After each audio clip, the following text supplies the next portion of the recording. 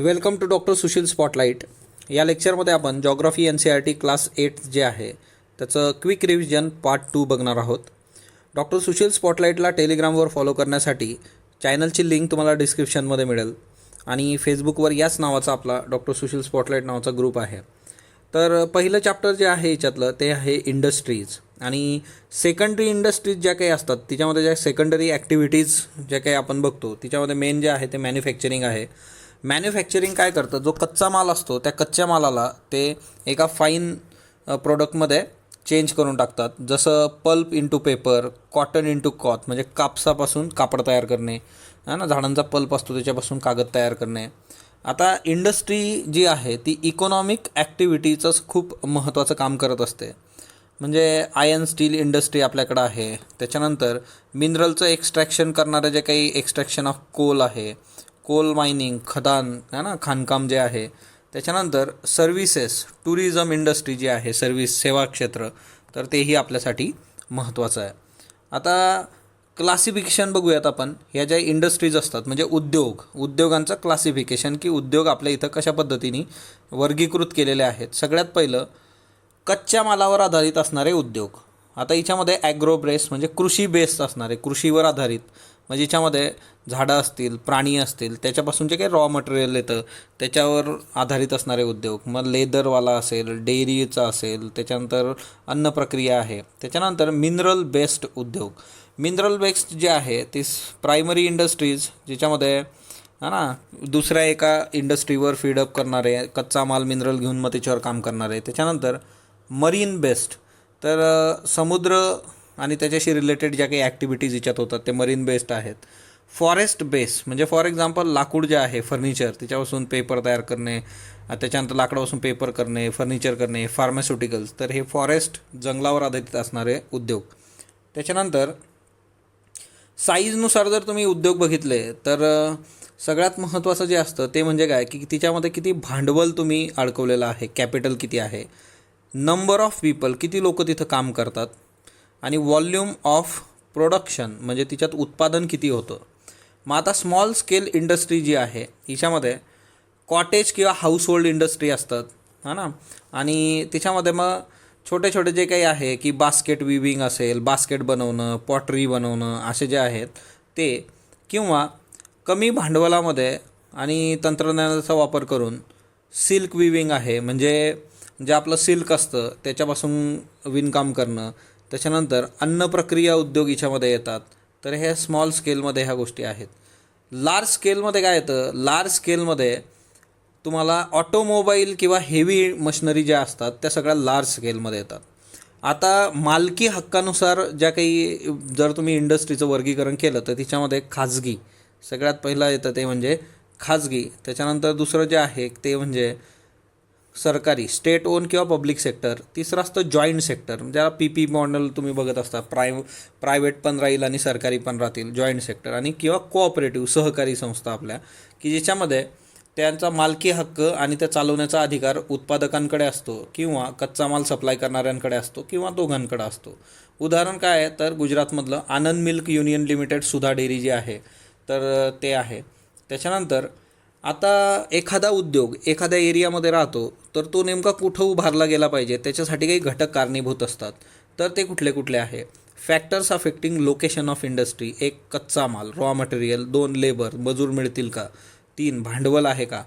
4 market आहे का उपलब्ध. म्हणजे तुम्ही जर एखाद्या गोष्टीचा म्हणजे आता एखाद्या व्हेजिटेरियन एरियामध्ये तुम्ही चिकनचं दुकान टाकून बसल्यावर काय होणार तुमचं, तर मार्केट बघणं गरजेचं आहे. त्याच्यानंतर वॉटर, पाणी आहे का तिथं, पॉवर आहे का, ऊर्जा आहे का. नाही तर सगळं इलेक्ट्रिसिटीचं काम आहे, जिथं लोड शेडिंग आहे तिथं टाकलं की संपलं मग. त्याच्यानंतर लँड, जमीन आहे का, ट्रान्सपोर्ट सिस्टीम आहे का, रोड डेव्हलप आहेत का, कम्युनिकेशनची साधनं प्रॉपर आहेत का. ह्या सगळ्या 9 फॅक्टर्सवर ह्या इंडस्ट्री कुठं असली पाहिजे ते डिपेंड आहे. तर हे महत्त्वाचे आहेत 9 फॅक्टर्स. त्याच्यानंतर नेक्स्ट वन, आता सगळ्यात महत्त्वाचं इंडस्ट्रीयल सिस्टीम जी असते तिच्यामध्ये काय असतं तर एक म्हणजे इनपुट आणि आउटपुट. ह्या 2 मोठ्या गोष्टी, 3 महत्त्वाचे याचे हे आहेत. इनपुट, त्याच्यानंतर प्रक्रिया आणि आउटपुट. म्हणजे फॉर एक्झाम्पल टेक्स्टाईल इंडस्ट्रीचं जर घेतलं तुम्ही तर इनपुट काय आहे, इनपुटमध्ये कच्चा माल येतो तो म्हणजे कापूस. त्याच्यानंतर मजूर पाहिजेत इनपुटमध्ये. त्याच्यानंतर फॅक्टरी, ट्रान्सपोर्ट सगळं पाहिजे. प्रोसेस, प्रक्रिया. प्रक्रिया काय आहे, त्या कापसाचं जिनिंगमध्ये जाणार, स्पिनिंग होणार, विविंग, डाईंग, प्रिंटिंग, म्हणजे एकंदरच कापसाचं कपड्यामध्ये रूपांतर, ती कंप्लीट प्रोसेस. आउटपुट काय येणार, त्याच्यातून शर्ट बनेल, है ना, त्याच्यामधून प्रॉफिट्स येतील. तर इनपुट, प्रोसेस आणि आउटपुट ह्या 3 बेसिक गोष्टी आहे. जगामध्ये तुम्ही जर इंडस्ट्रीयल रिजन्स बघितले की सर्वात जास्त उद्योगधंदे कुठं आहेत, तर ईस्टर्न नॉर्थ अमेरिका जी आहे, म्हणजे अमेरिकेचा पूर्वी उत्तरी भाग, त्याच्यानंतर युरोपचा पश्चिमेकडचा आणि मध्य युरोप, पूर्वी युरोप, त्याच्यानंतर पूर्वी आशिया. ओके, त्याच्यानंतर नेक्स्ट वन ते म्हणजे की आता टेम्परेट एरिया जो असतो, किंवा समुद्राच्या जवळ असेल, बंदराच्या जवळ असेल, किंवा कोल फील्डच्या जवळ असेल, तर अशा ठिकाणी मोठ्या प्रमाणावर उद्योग तुम्हाला दिसतात. भारतामध्ये मुंबई पुणे क्लस्टर आहे, बँगलोर तमिळनाडू क्लस्टर आहे, है ना, इंडस्ट्रीयल रिजन भारताचे जर बघितलं तर. त्याच्यानंतर हुगळी रिजन आहे, अलाहाबाद बडोदा आहे, छोटा नागपूर इंडस्ट्रीयल बेल्ट आहे, विशाखापट्टणम गुंटूर बेल्ट आहे, गुरगाव दिल्ली मेरठ हे पण आहे, कोल्लम तिरुवनंतपुरम इंडस्ट्रीयल क्लस्टर. तर भारतातले हे 8 तुम्हाला इंडस्ट्रीयल रिजन. त्याच्यानंतर नेक्स्ट वन ते म्हणजे सनराईज इंडस्ट्री. सनराईज म्हणजे काय, जसा सूर्योदय होतो तर तशाच इमर्जिंग, नव्याने इमर्जिंग काय आजच्या डेटमध्ये IT आहे, वेलनेस आहे, हॉस्पिटॅलिटी आहे, नॉलेज आहे. तर ह्या ज्या सगळ्या वेगवेगळ्या इंडस्ट्रीज आहेत ज्या नव्याने उदयास येत आहेत त्यांना सनराईज इंडस्ट्री असं म्हटलं जातं. आणि मेजर इंडस्ट्रीज जर तुम्ही बघितल्या, आयर्न आणि स्टील जे आहे ते जर्मनी, US, जपान, चायना, रशियामध्ये आहे. टेक्स्टाईल इंडस्ट्रीमध्ये भारत आहे बघा, हाँगकाँग आहे, साऊथ कोरिया, जपान, तैवान आहे. Information technology, silicon valley of central California आणि बँगलोर, हा ना, IT सो IT आणि टेक्स्टाईल भारताचं नाव आहे. आयर्न स्टील इंडस्ट्री जी आहे तर हिला फीडर इंडस्ट्री म्हटलं जातं. आता याच्यात बघा स्टील कसं बनतं, काय काय लागतं, कच्चा माल, कोल, आयर्न कोर, लाईमस्टोन, ह्या कच्च्या मालापासून स्टील बनतं. स्मेल्टिंग, आता स्मेल्टिंग काय असते, ही एक प्रक्रिया आहे जिच्यामध्ये ओरपासून मेटल एक्स्ट्रॅक्ट केला जातो, हा ना, त्याला त्याच्या मेल्टिंग पॉईंटच्या पलीकडे जाऊन हीट करणं आणि त्याच्यामधून ओर्समधून त्याचं मेटल बाहेर काढायचं. स्टील काय आहे, steel backbone of modern industry आहे. MCQसाठी लक्षात ठेवा, backbone of modern industry steel. आता इम्पॉर्टंट स्टील प्रोड्युसिंग सेंटर भारतात कुठं कुठं आहे, Bhilai Chhattisgarh, Durgapur West Bengal, Burnpur West Bengal, Jamshedpur Jharkhand, Rourkela West Bengal, Bokaro Jharkhand. तर एकंदरच West Bengal, Jharkhand, Chhattisgarh. Okay, त्याच्यानंतर भद्रावती विजयनगर कर्नाटकमध्ये आहे. त्याच्यानंतर विशाखापट्टणम आंध्रा, सालेम तमिळनाडू.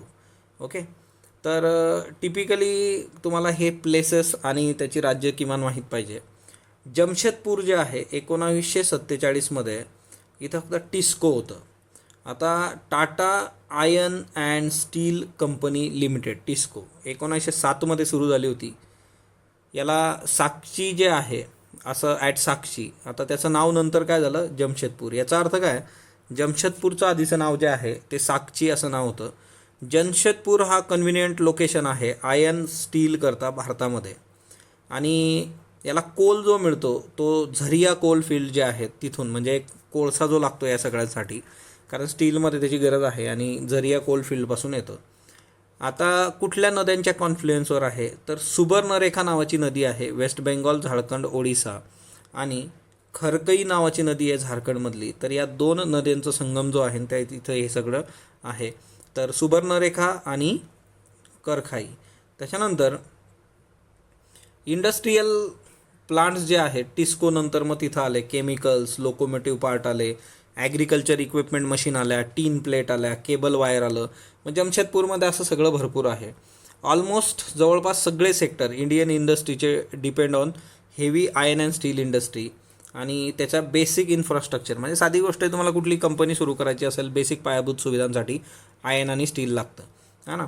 त्याच्यानंतर उडान नावाचा जर मूवी तुम्ही बघितला असेल तर तिच्यामध्ये जमशेदपूरचं सगळं लोकेशन आहे बघा. त्याच्यानंतर पिट्सबर्ग, आता इम्पॉर्टंट स्टील सिटी आहे ही अमेरिकेतली पिट्सबर्ग. आणि आयर्न ओर जो आहे तो मिनेसोटा माइन्स जे आहेत तिथून येतं. वर्ल्डचा सगळ्यात बेस्ट रूट आहे शिपिंग ओर चीपली, म्हणजे सगळ्यात स्वस्तात इथून आयर्न ओर काढला जातो, हा ना. ग्रेट लेक्स वॉटरवे आणि ते सगळं, ते ग्रेट लेक्स पण येतील, ते पण बघूयात आपण. हे खालीच आहे बघा ग्रेट लेक्स. ओहिओ, मोनोगहेला, ॲलेघेनी या सगळ्या रिव्हर्स आहेत तिथल्या. ओके. त्याच्यानंतर ग्रेट लेक्स ऑफ USA हे नेहमीसाठीचं महत्त्वाचं आपलं. सुपेरियर, हुरान, ऑन्टोरियो, मिशिगन, इरी 5 वेगवेगळे लेक्स आहेत हे. यांना ग्रेट लेक्स म्हटलं जातं अमेरिकेमध्ये. याच्यातला जो लेक सुपिरियर आहे तो सगळ्यात मोठा आहे, हा 1 नंबरला दिलेला. आणि तो अपस्ट्रीम आहे, सर्वांच्या वर जो आहे आणि अपस्ट्रीमला हा सुपेरियर आहे. मॅपमध्ये तुम्हाला हेही विचारलं जातं, म्हणजे फॉर एक्झाम्पल तुम्ही जर मॅप घेतला तर मॅपमध्ये अशा गोष्टी ज्या वेळेस येतात तेव्हा करून ठेवायच्या. नॉर्थ टू साऊथ किंवा मग वेस्ट टू ईस्ट असं करून ठेवायचं. ओके. त्याच्यानंतर नेक्स्ट वन ते म्हणजे की कॉटन टेक्स्टाईल इंडस्ट्री. आता रॉ मटेरियल जे आहे याच्यासाठी ते फायबर आहे, कापूस आहे, नॅचरल आणि मॅनमेड. आता याच्यामध्ये नॅचरलमध्ये काय असतं, ऊल म्हणजे आपली लोकर, त्याच्यानंतर सिल्क आहे, रेशीम आहे, कापूस आहे, लिनन आहे, ज्यूट आहे, है ना. लिनन ज्यूटचा बराच हे आहे सध्या, लिनन किंग वगैरे ब्रँड्स पण आहेत बघा, नॅचरल आहे ते रॉ मटेरियल. आणि मॅनमेडमध्ये nylon, polyester, acrylic, rayon. Okay. So terrycot वगैरे शब्द वापरला जायचा. तर हे सगळे रॉ मटेरियल आहे. जगातली one of the oldest industry आहे टेक्स्टाईल इंडस्ट्री. आणि कॉटन टेक्स्टाईल्समध्ये जे प्रोडक्शन करतात त्याच्यात भारत, चीन, जपान, USA हे लार्जेस्ट आहेत. भारताचे फेमस जर क्लॉथ्स तुम्ही बघितले MCQसाठी हे लक्षात ठेवा. 1 मुस्लिन ढाकाचं फेमस आहे, कापड आहे है ना, जे याला कॉटनचं कापड जे काही आहे तर मुस्लिन ढाका.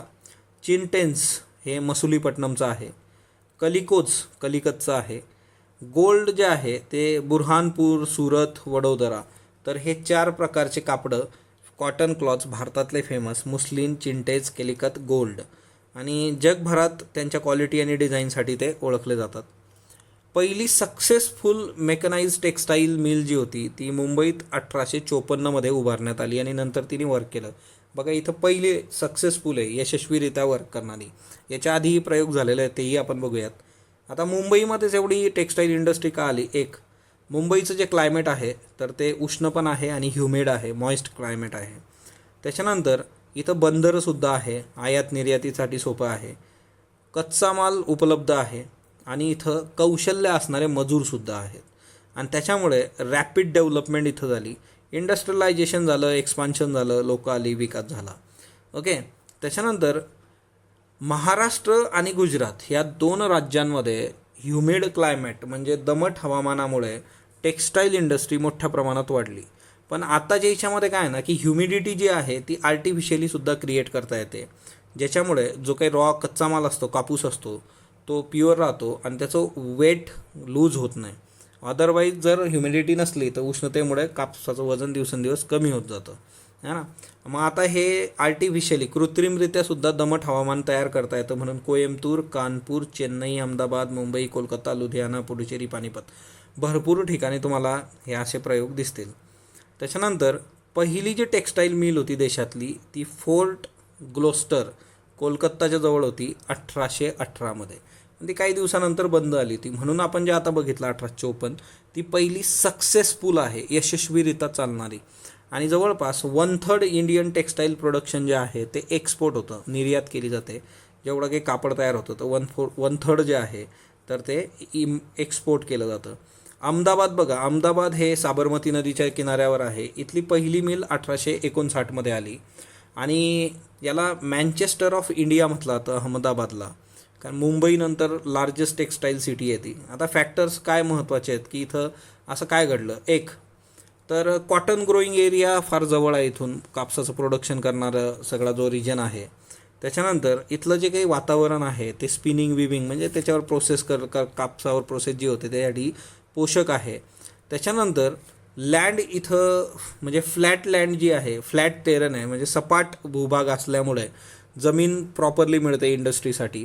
त्याच्यानंतर महाराष्ट्र आणि गुजरात हे काय आहे ना की डेन्सली पॉप्युलेटेड स्टेट आहे, मोठ्या पण घनता जास्त आहे लोकसंख्येची. त्याच्यामुळे कुशल किंवा सेमी कुशल ज्याला म्हणतो आपण है ना, थोड्याफार प्रमाणात कौशल्य असणारा तो मजूर इथं मोठ्या प्रमाणावर उपलब्ध आहे. रोड आणि रेल्वेचं नेटवर्क इथं खूप चांगलं आहे. आणि मुंबई पोर्ट जे आहे ते पण जवळ आहे, जेणेकरून आयात निर्यातीचा काही प्रॉब्लेम नाही. आता दुसरी महत्त्वाची बाब म्हणजे काय की सम प्रॉब्लेम्स काय आहे, तर हे दुसरं एक टेक्स्टाईल सेंटर उभं आलं, म्हणजे एक असलं म्हणजे गोष्टी खूप प्रॉपरली तिथून हे होतात. आणि non upgradation of machine tech mills in Ahmedabad, म्हणजे त्या मशिनींचं जे अपग्रेडेशन अपेक्षित होतं ते तिथे झालेलं नाही आहे. जपानमधलं जे टेक्स्टाईल सेंटर आहे इम्पॉर्टंट ते म्हणजे मँचेस्टर ऑफ जपान. तर ते लक्षात ठेवा, ओसाका आहे ते, याला मँचेस्टर ऑफ जपान म्हटलं जातं. आणि भारताचं जे मँचेस्टर आहे ते कुठलं आहे, अहमदाबाद आहे बघा, ओसाका जपानचं.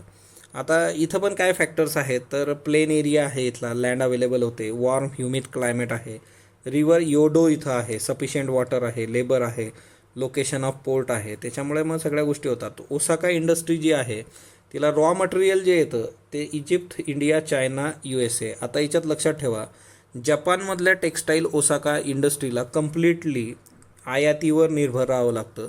म्हणजे इथं जे काही सगळं येतं ते बाहेरून येतं कॉटन आणि फिनिश प्रोडक्ट. पण त्यांची खासियत काय आहे की ते चांगलं फिनिश प्रोडक्ट तुम्हाला चांगल्या क्वालिटीचं आणि कमी किमतीत उपलब्ध करून देतात.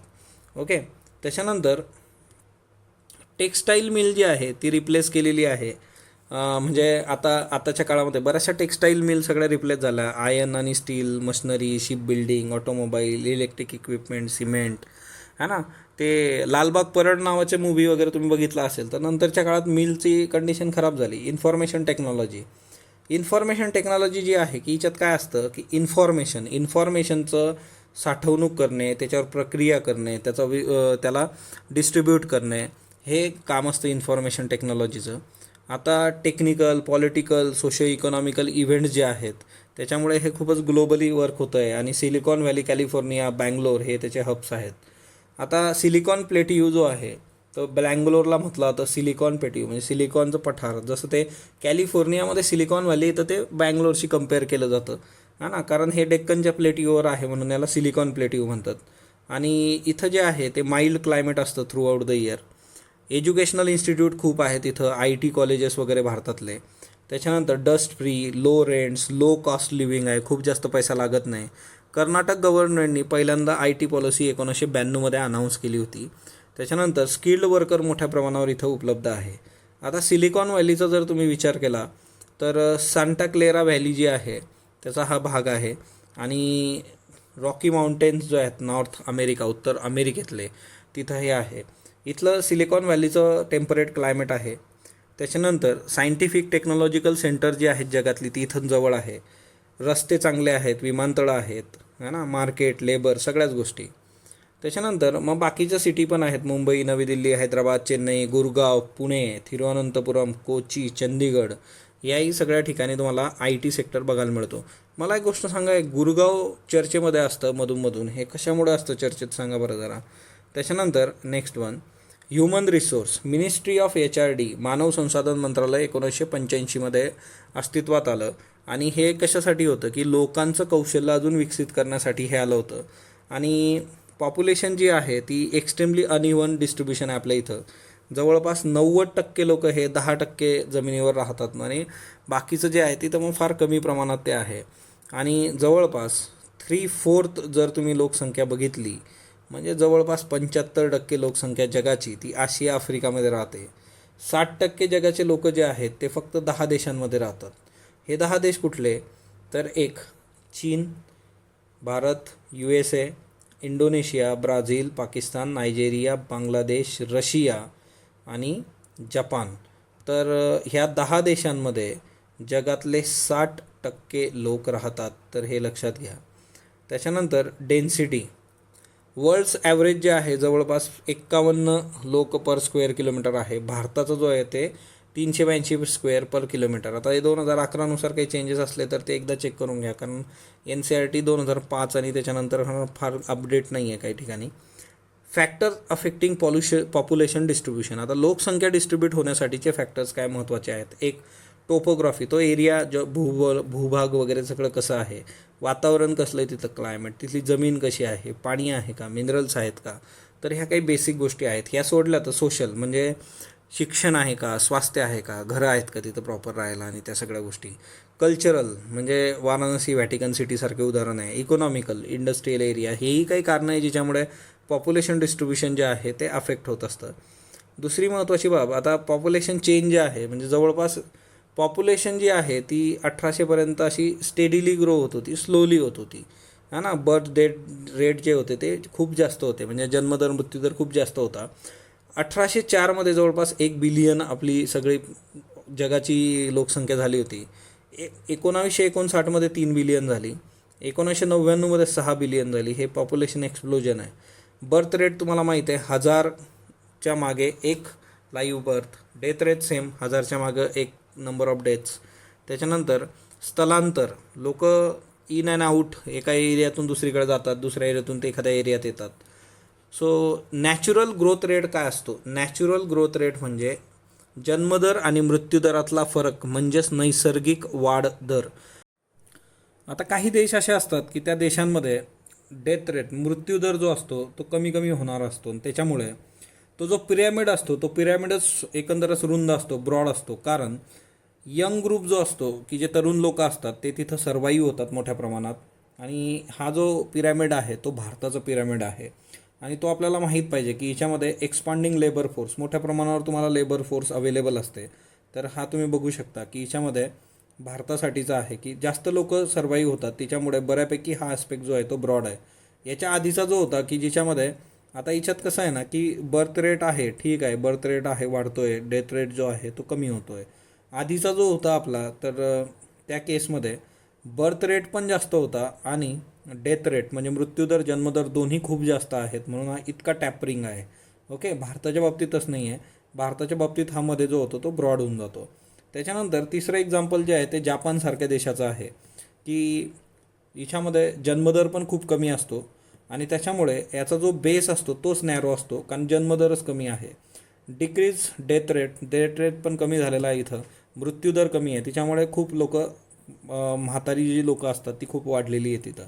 म्हणून हा जापानसाठीचा आहे की इथं बर्थ रेटच कमी आहे, डेथ रेट पण कमी आहे इथला.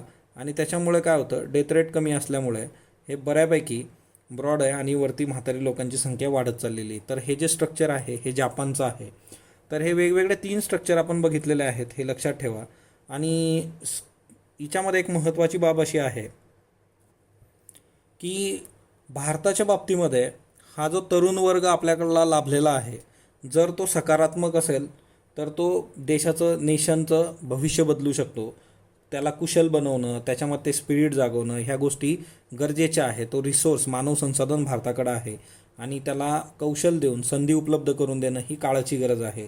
सो 8वीचं NCERT इथं आपलं संपतं आहे. तर स्पॉटलाईट बरोबर जोडलेलं राहा. स्पॉटलाईटला लाईक करा, शेअर करा, सबस्क्राईब करा. धन्यवाद विद्यार्थी मित्रांनो.